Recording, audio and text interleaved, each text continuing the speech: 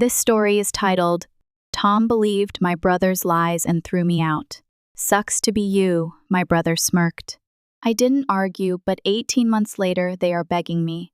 What's up, Reddit? I've been debating whether to post this for weeks, but I need to get this off my chest. My life's been a complete dumpster fire that somehow turned into something decent, and the whole story is just too wild not to share. I, Alex, 21 male, lost my mom in a car wreck when I was 8. Just a normal Tuesday, she went to the store and never came back. Tom, 44 male, and I managed on our own for about 2 years. Bachelor pad style, lots of pizza and frozen dinners, but we were doing okay. Then Sandra, 41 female, entered the picture. Tom met her at some work function and was basically obsessed from day one.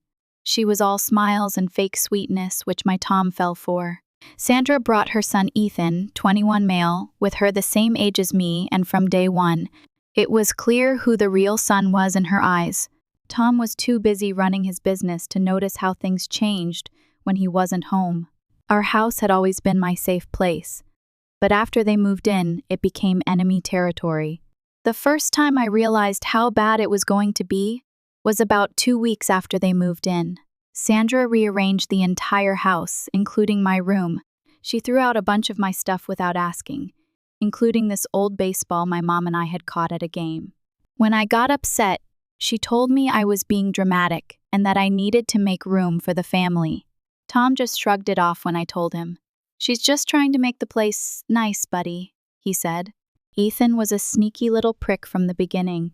When we were 12, he broke Tom's expensive watch, then planted it in my backpack. Sandra found it during one of her random searches of my room. Yeah, she did that regularly. Tom grounded me for a month while Ethan smirked behind his back. That became the pattern. Ethan would pull something, blame me, and Sandra would back him up. Tom, wanting to keep his new wife happy, usually sided with them. By high school, Ethan had mastered the art of making my life hell. He'd steal money from Sandra's purse. Then suddenly my wallet would have an extra $20 in it.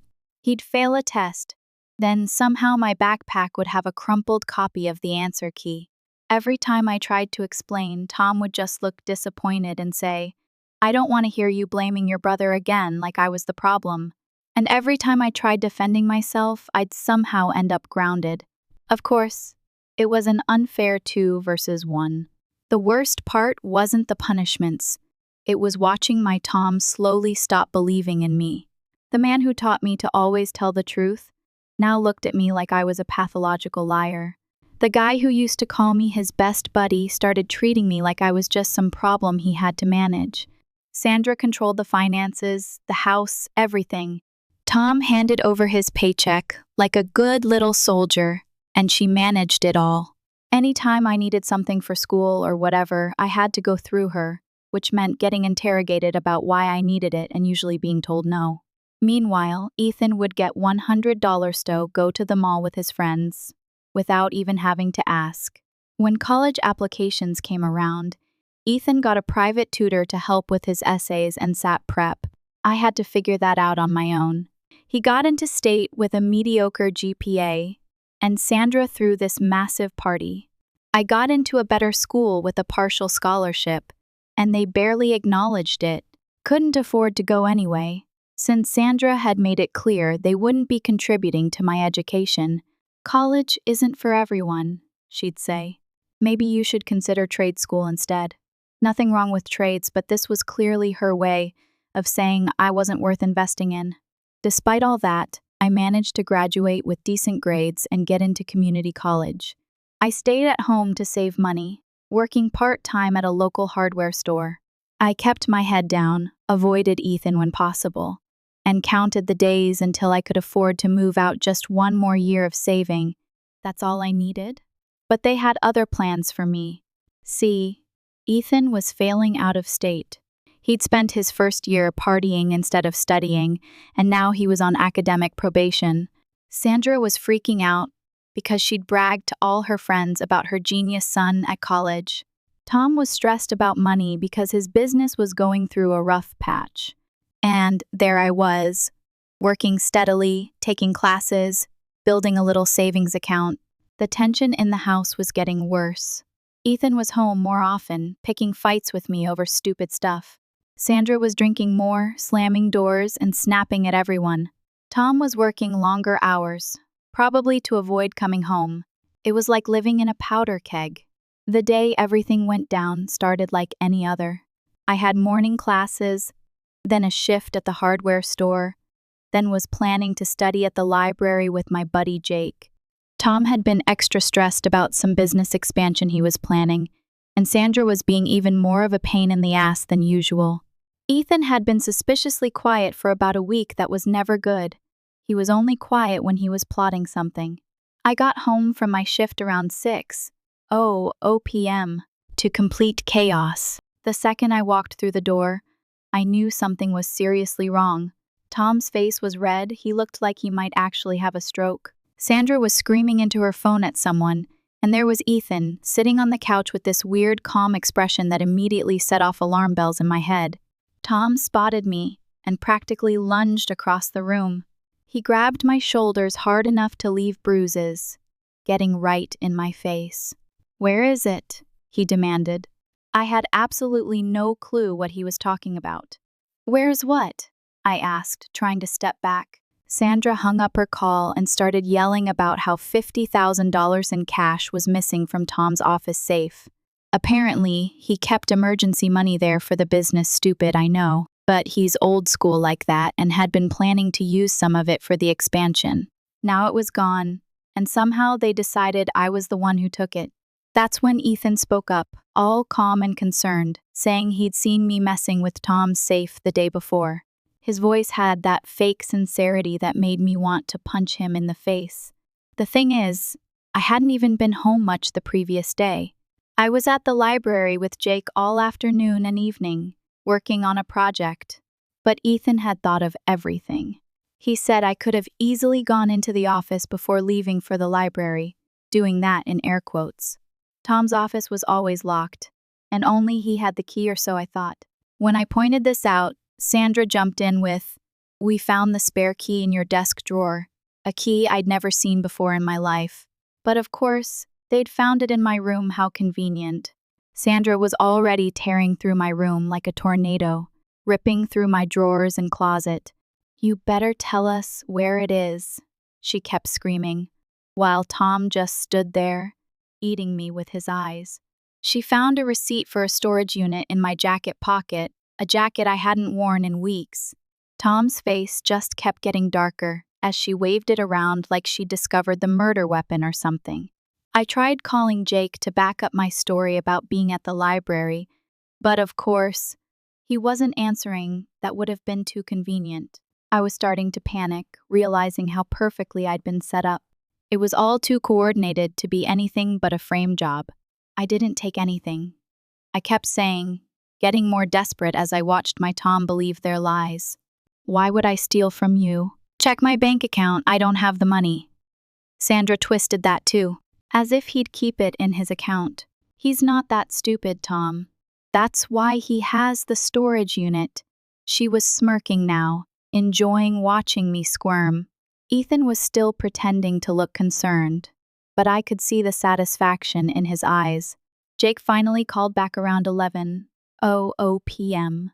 and confirmed I was with him studying, but Sandra immediately painted him as my accomplice. Of course his friend would lie for him, she told my Tom, who just nodded along like this made perfect sense. Because clearly my plan to steal $50,000 would include bringing a witness who could place me away from the scene of the crime. Brilliant detective work there. I kept running through options in my head, trying to figure out how to prove I didn't do it, but Ethan had been planning this for a while, probably from the moment he realized he was failing out of college. Then Tom suddenly stood, looking at me like I was a stranger who'd wandered into his house, not his son, not someone he'd raised, just some criminal he wanted gone. "Pack your things. I can't have a thief living under my roof," he said, with this cold, emotionless voice, like he was talking about taking out the trash, not kicking out his own kid. I tried one more time to make him believe me. "Tom, please. I didn't take the money." Ethan is setting me up. He's always trying to get me in trouble, you know that.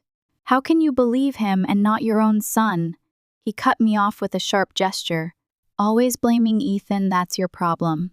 You never take responsibility for your actions. I've put up with the lying, the attitude, but stealing from me? That's it! I'm done. Sandra was hovering behind him, looking satisfied. Ethan watched, Spiral's not even trying to hide his smirk anymore. He'd won. You've got until tonight to return the money, Tom said. Otherwise, don't come back. I looked at him, trying to find any trace of the man who used to take me fishing, who taught me to ride a bike, who held me when I cried after Mom died. There was nothing, just this cold, angry stranger wearing my Tom's face. So I packed. What else could I do? I stuffed some clothes in my backpack, grabbed my laptop and some other stuff, and the one photo of my mom I kept by my bed. I didn't have much cash, maybe $60 total, no car, nowhere to go, and my own father thought I was a thief. As I walked toward the front door, Ethan stepped into my path. Sucks to be you, he whispered, just low enough that Tom and Sandra couldn't hear. Maybe you should have been nicer to me. That's when it clicked. This wasn't just about creating a distraction from his college failure. This was payback for every time I'd stood up to him, every time I'd called him on his crap, every time I'd refused to be his doormat. I shouldered past him and walked out of the house without looking back. I stood at the end of the driveway, watching the only home I'd ever known grow smaller as I walked away 19 years old, basically homeless, with my entire future derailed by a lie I couldn't disprove. Should have seen it coming. Should have moved out sooner. Should have realized that in this house, I was never going to win.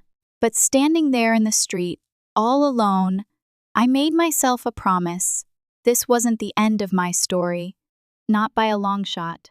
The first night after getting kicked out was a real eye-opener. Nothing like being suddenly homeless to make you realize how much you've taken for granted. Basics like having a bed, a shower, or knowing where your next meal is coming from suddenly become your whole focus. I spent that first night on a bench at the park near campus. It was March, still pretty cold at night, and I kept waking up shivering. My backpack made for a shitty pillow, and I had to keep one arm looped through the strap so nobody would steal it while I slept. Every noise woke me up, people walking by, cars on the street, some raccoon sitting over my head staring into my soul. By morning, I was exhausted, stiff, and feeling like complete hell.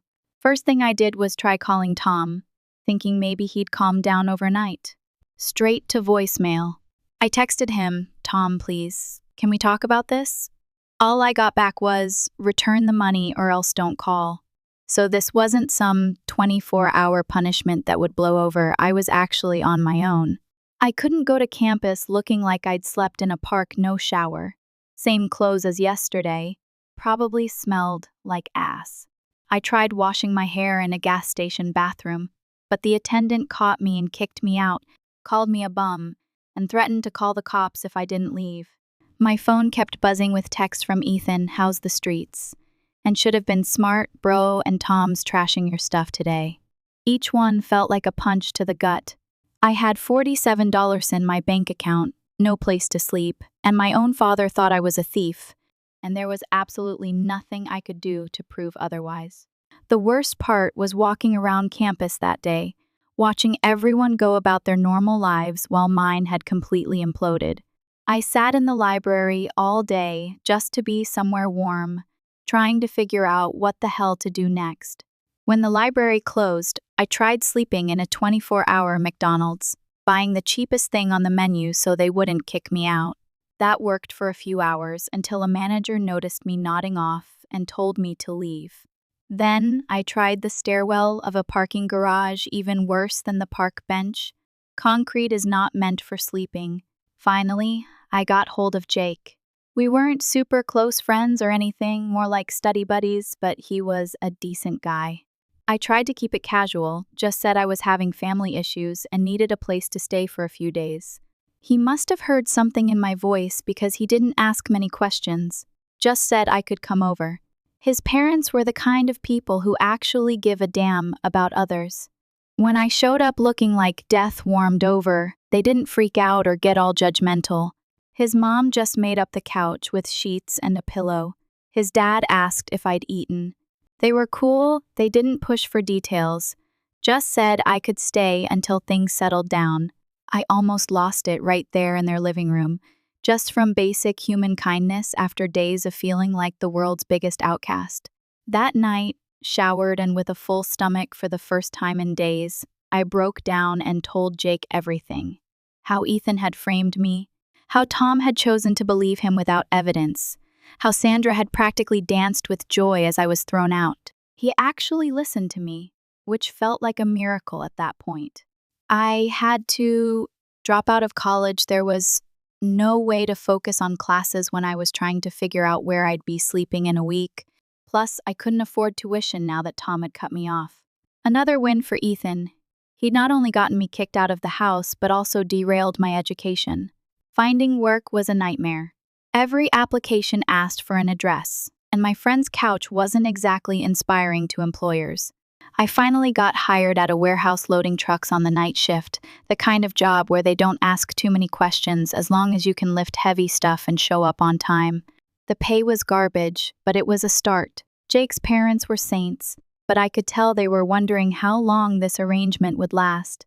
2 weeks in, I overheard his dad asking how long I was planning to stay, not in a mean way, just concerned.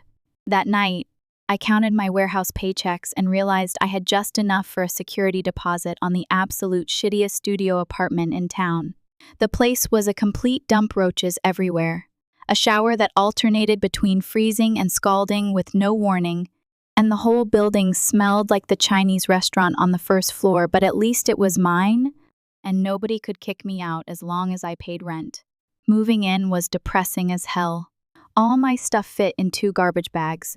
No furniture except a used mattress I got for $15 from some guy on Craigslist. The first night there, I sat on that half-inflated mattress, eating cold ramen, no microwave, and just lost it, cried like a little kid. 20 years old, and my life was already beyond recognition. The warehouse job was killing me. 12-hour shifts of heavy lifting, minimum wage, supervisors yelling. My back hurt constantly. My hands were always cut up, and I was so tired most days that I'd just come home and pass out on my air mattress without even eating. But I kept showing up because the alternative was worse. I know it sounds petty, but I kept trying to reach Tom those first few weeks. I was refusing the idea that he could do this to me, but eventually he stopped responding at all. I drove by the house one more time and saw they'd installed a security camera pointing at the driveway message received. The hardest thing was accepting that my Tom really believed I was capable of stealing from him. After everything we'd been through together, after raising me on his own for years after Mom died, he still chose to believe Ethan's lies. That more than being homeless, more than sleeping on an air mattress with roaches crawling over me, more than anything left a scar that probably won't heal. Over time, Jake was the only person who stuck by me. He'd come over sometimes, bringing leftover food from his mom or just hanging out in my sad little apartment. He never made me feel pathetic, even though we both knew I was at rock bottom. That kind of friendship is rare, the kind where someone sees you at your absolute worst and still chooses to be there. That's how I knew he was a real one. About 3 months in, things got even worse. The warehouse cut back hours, so my already tiny paycheck got even smaller. The building where I lived had a water leak that the landlord refused to fix, so my ceiling was growing black mold. And to top it all off, I got mugged walking home from work one night, lost my last $20 sand, ended up with a black eye and busted lip. I seriously considered giving up, not in a dramatic end, it all kind of way, but more like just accepting that this was my life now, and it wasn't going to get better. Maybe I'd always be the guy living paycheck to paycheck in a roach-infested apartment, working jobs that treated me like I was disposable. There's this weird clarity that comes when you hit absolute bottom. When you've lost everything, you realize you've got nothing left to lose. And in a weird way, that's freeing. I'd been raised to think success meant college, career, house in the suburbs, all that conventional stuff. But now that path was closed to me. So what was I supposed to do? I remember sitting on the floor of my apartment and thinking, well, this is it. This is as bad as it gets, so the only direction from here is up.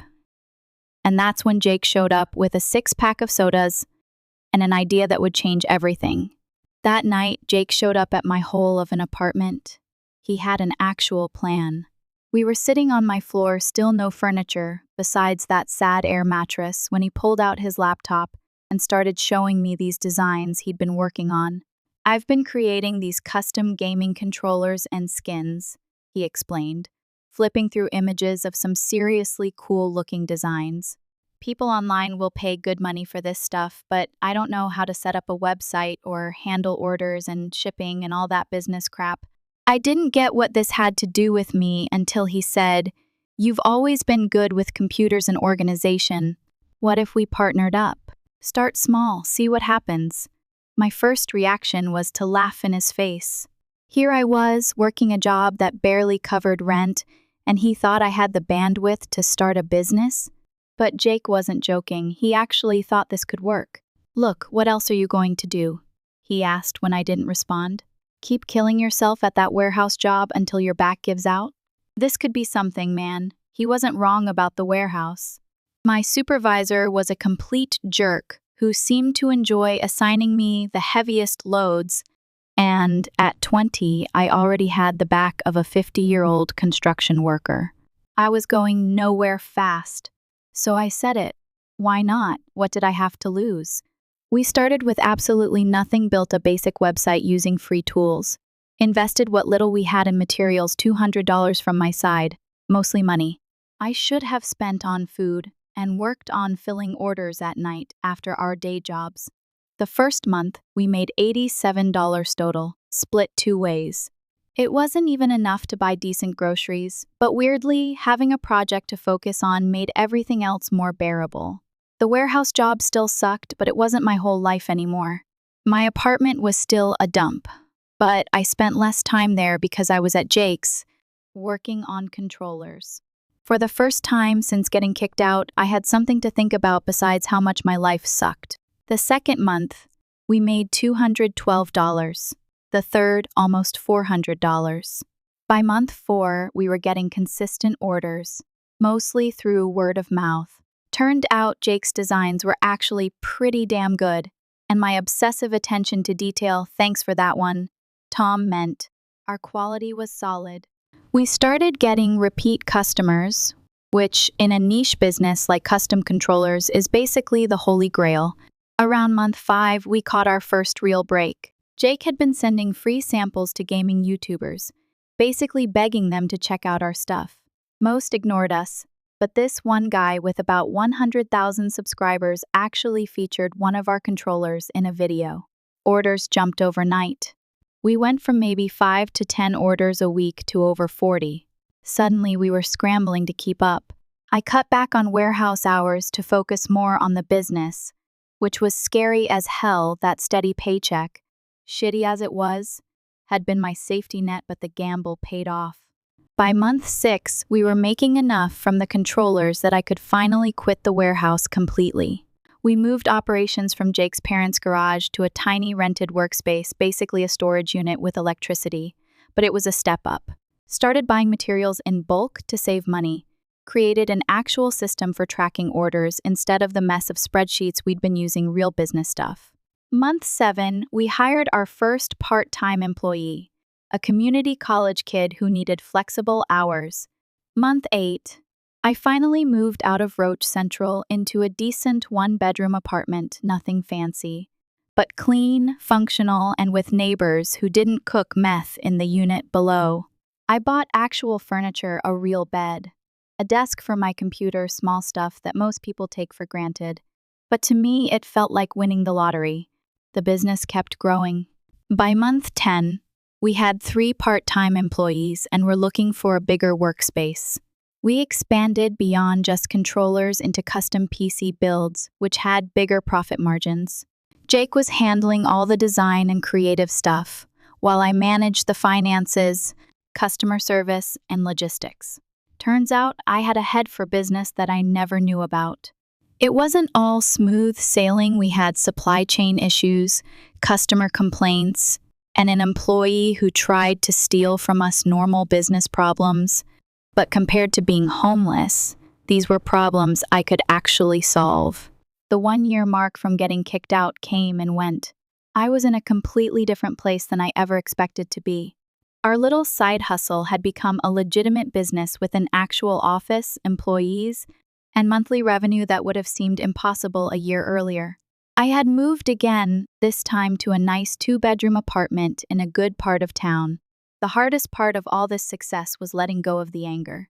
Every time something good happened with the business, part of me wanted to rub it in my Tom's face. Look what I did without you. Look what you missed by choosing Ethan over me. But I never reached out. That bridge was burned. Then, almost 18 months after I'd been kicked out, my phone rang with a number I hadn't seen in a long time. It was Tom. I was in the middle of a meeting with Jake and our employees, discussing a potential partnership with a gaming accessory company that wanted to carry our products. When I saw the caller ID, I actually froze mid-sentence. Jake noticed and asked if everything was okay. "It's my Tom," I said, staring at the phone like it might explode. Jake made some excuse about needing to check inventory, clearing the room so I could take the call privately. I let the phone ring a few more times, debating whether to answer or let it go to voicemail. I wanted to ignore it, to make him feel what I'd felt when he wouldn't take my calls, but I really wanted to know why he's calling after all this time. "Hello?" I kept my voice neutral, like I was taking a call from a stranger. His voice sounded rough. "Son, I need to see you." "It's important." I almost laughed. Now, it was important, after a 1.5 years of silence. When I asked why, he told me he couldn't do it over the phone, then he begged me to meet. His tone made me really curious, so we agreed to meet at a coffee shop downtown the next day. I barely slept that night, my mind spinning with possibilities. Had he finally figured out the truth? Was he sick? Was this some kind of trap? Why did he call after all this time? Walking into that coffee shop was surreal. I spotted him immediately, looking like he'd aged a decade. The strong, confident man I'd known was gone. This guy looked beaten down, exhausted. "Thanks for coming," he said as I sat down across from him. He stared at me for a long moment. "You look good, son." "Different." I didn't reply, just waited for whatever bomb he was about to drop.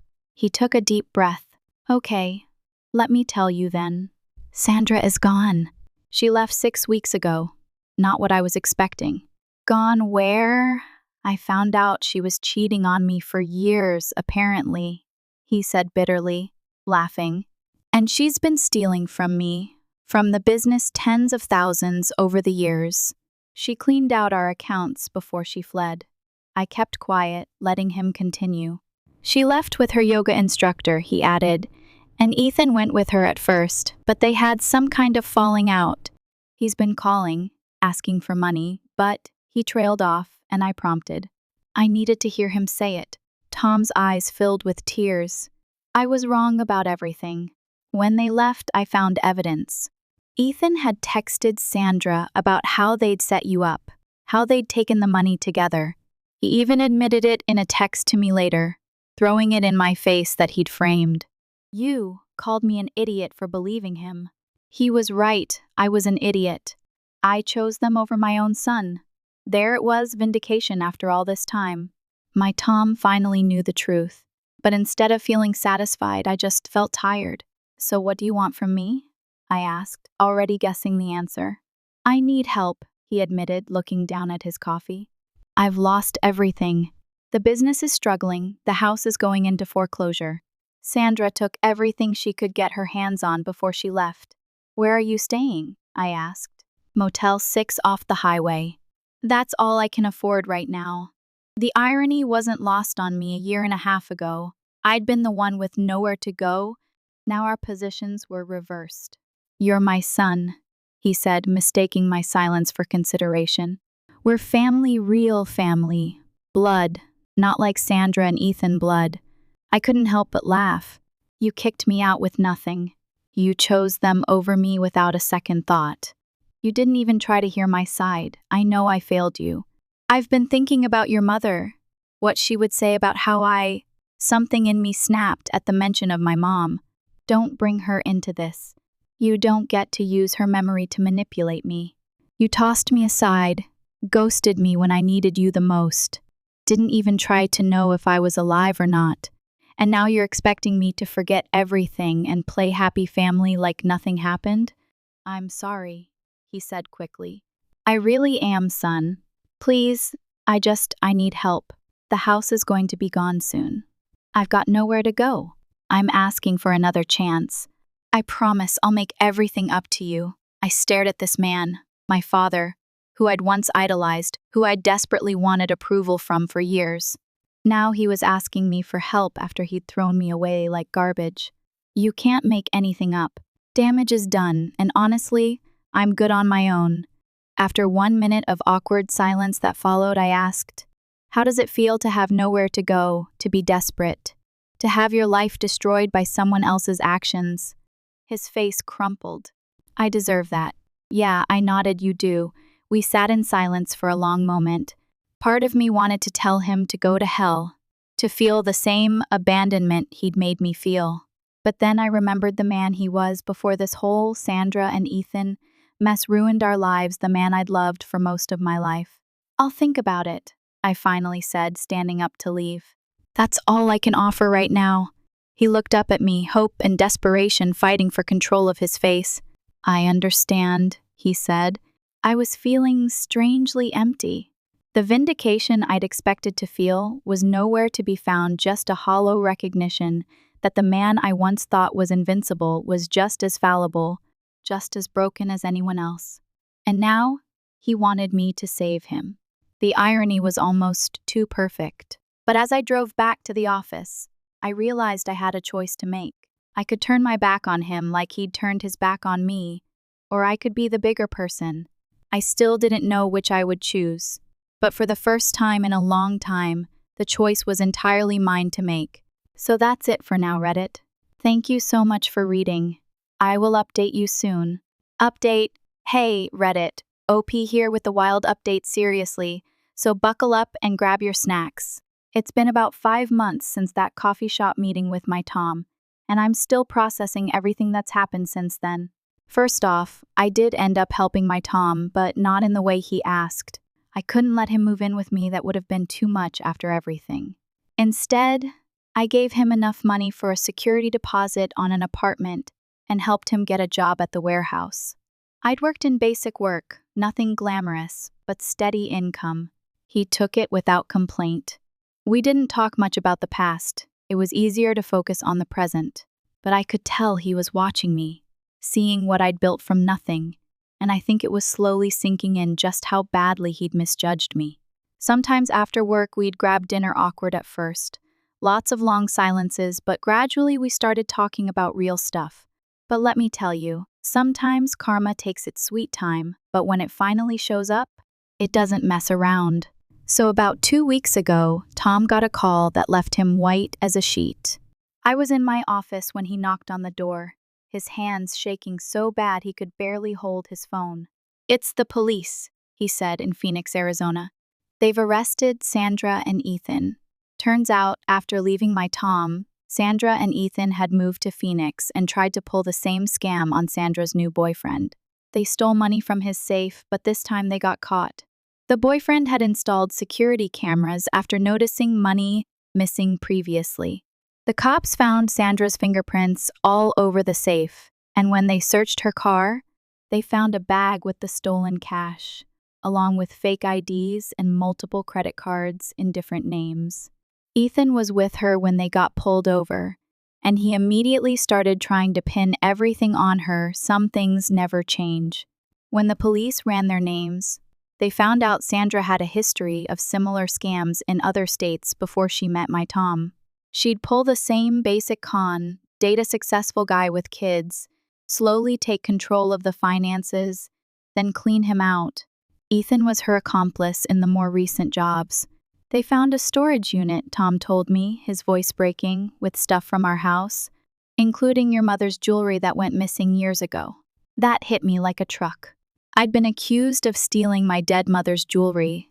That was a new low I hadn't even known about. Sandra had told Tom I must have sold it for drug money, and he'd believed her, just another lie in a long string of lies.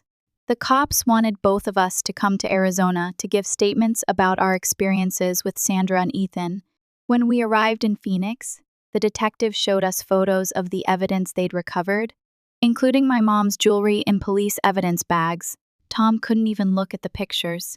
They also showed us surveillance footage from the latest victim's house, clear as day. Sandra opening the safe while Ethan kept watch.